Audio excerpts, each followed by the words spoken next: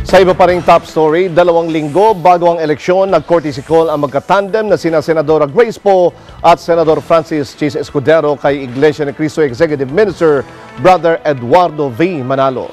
Inilahad ng dalawa ang kanilang plataporma de gobyerno. Narito ang report ni Weng de la Fuente.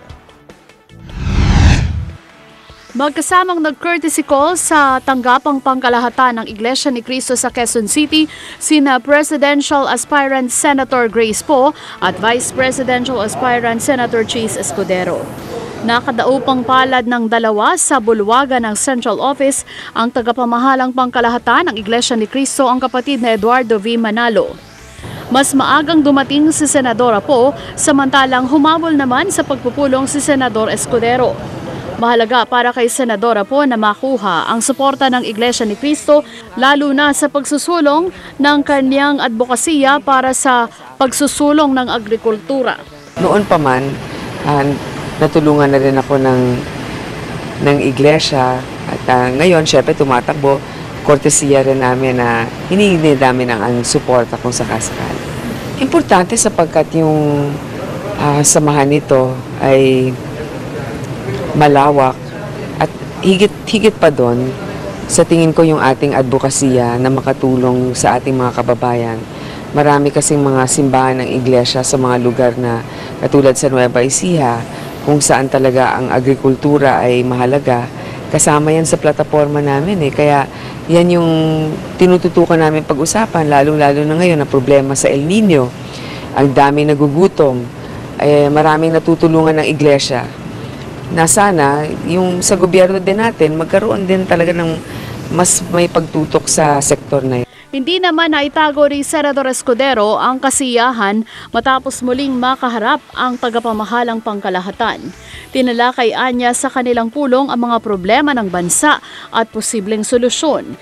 Ito rin naman anya ang programang inilatag ng tambalan nila ni Senadora Poe. Pinag-usapan namin mga usapin at problema ng bansa at mga solusyon na pwedeng maialok namin bilang mga kandidato sa pagkapangulo at ikalawang pangulo ni Senator Grace. Nakahabol ako sa meeting nila na una ng konti si Senator Grace. Pinag-usapan posibleng mga solusyon at gayon din nagtanong din kami kay Ka Eduardo kaugnay ng kanyang mga pananaw sa maraming bagay kaugnay sa mga suliranin ng ating bansa. Maganda po, na-miss ko ang Ka Eduardo. Gaya na sinabi ko dahil sa mahabang panahon hindi kami nagkita at nagagalak at natutuwa ako sa pagkakataong binigay sa akin na makausap siyang muli. Sana hindi ito ang huli. Bukod sa tambalang Poe at Chis, nag-courtesy call din sa kapatid na Eduardo V. Manalo ang ilang senatorial aspirants tulad nina Senador Ralph Recto, dating Senador Panfilo Lacson, Sarangani Congressman Manny Pacquiao, dating Manila Vice Mayor Isko Moreno at Valenzuela Congressman Win Gatchalian, gayon din si dating Manila Mayor Alfredo Lim.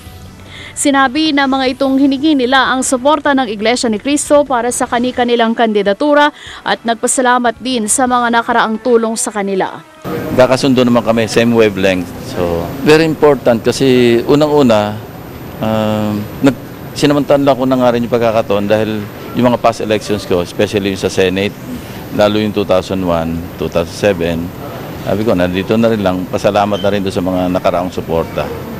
Tapos kung ano yung mga pinaplano, kung halimbawa mabalik sa Senate, yun ang mga pag-usapan. Unang-una kinikilala ang pagsuporta ng iglesia, no? Katulad sa amin sa lalawigan ng Batangas, kinikilala ang ating mga kapatid doon dahil sila ay very productive, matulungin din sa ating mga kababayan, no?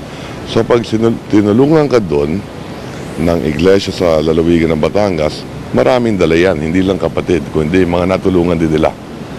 At tinitingala doon sa aming lalawigan sa Batangas, no? And I'm sure that happens all throughout the country. So may multiplier effect yan. It is an honor to be supported by the iglesia. Pumunta po tayo dito para magpasalamat at humingi po ng tulong sa nalapit na halalan dahil napakalaki po ang maitulong na matulungan ako ng sa aking kandidatura pag ako ay natulungan ng Iglesia ni Cristo. Tayo'y humihingi ng tulong na sana makasama tayo sa mapagkakaisahan ng mga kapatid No? Sapagkat ang mga kapatid ay mamamayan din ng ating bansa na ating sinusuyo sa mga nagdaang panahon. No? Napatunayan naman na matatag ang pagkakaisa ng mga kapatid. At talagang ang bunga ay nakikita rin sa kasaysayan na may magandang resulta. Pasalamat po ako dahil sa 5 beses nating pagtakbo, nasuportahan po tayo ng ating mga kapatid. At doon po sa 15 years na panunungkulan natin sa Valenzuela, napakaganda po yung mga naging proyekto, programa, tulungan ng ating lokal na kapatiran at ng local government of Valenzuela. I'm seeking for a higher position this time. 3 terms po ako naging mayor at 2 terms congressman. So this time naman, hopefully nag-a-apply ito bilang senador. Hopefully, makatulong rin tayo. Nag-courtesy call ako kay Eduardo at humihingi ng tulong kung maaari na suportahan yung aking kandidatura. At kami naman tumutulong naman sa mga kapatid at saka sa iglesia kung anong pangangailangan.